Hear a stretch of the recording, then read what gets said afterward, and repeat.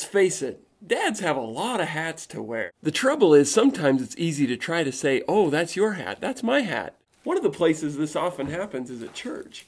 But in sacrament meeting, guess whose job it is to take kids out if they act up?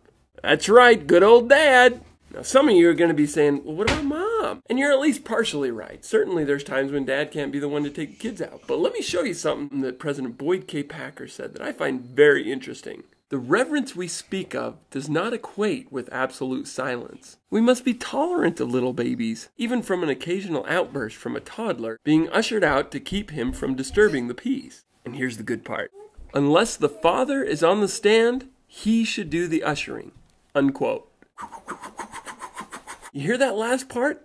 Unless the father's on the stand, he should do the ushering.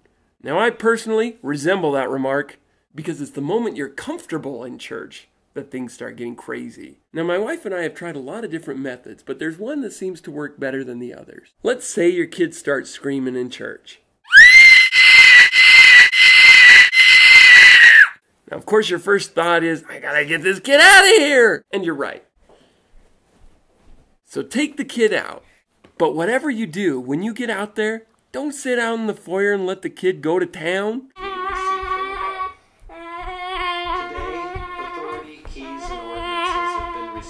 I know that's tempting, but there's a better way. You know how in a lot of the rooms in the church, they've got that little dial thing that you can turn and it makes the sound come from the chapel?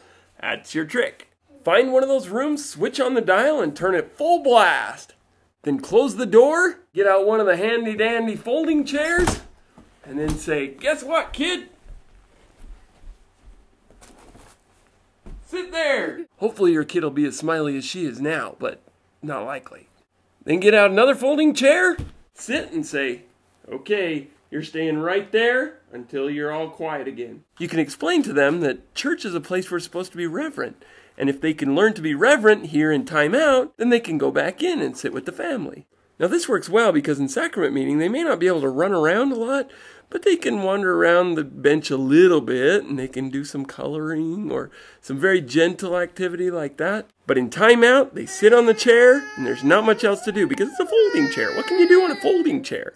If they can reach other stuff, you might want to move the other stuff or scoot the chair out to somewhere where they can't reach anything. And then when this action stops, you can go back in. So the next time you have a screamer in church, that's how you do it. And when you take them back in, don't be afraid. If 5 seconds passes and they start it up again, get them back out of there. The point is to make the meeting reverent for the people in the chapel and for your kid to learn how to be reverent. And this is a way you can be hands-on with reverence, have some room for error, and drive the lesson in nicely.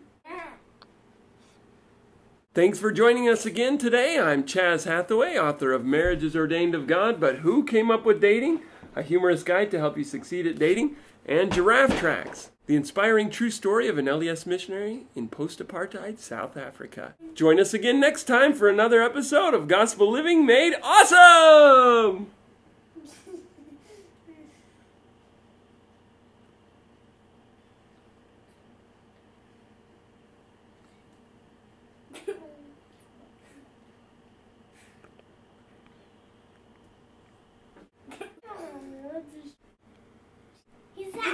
If you chance to meet a frown, do not let it stay. Quickly turn it upside down and swallow it all the day.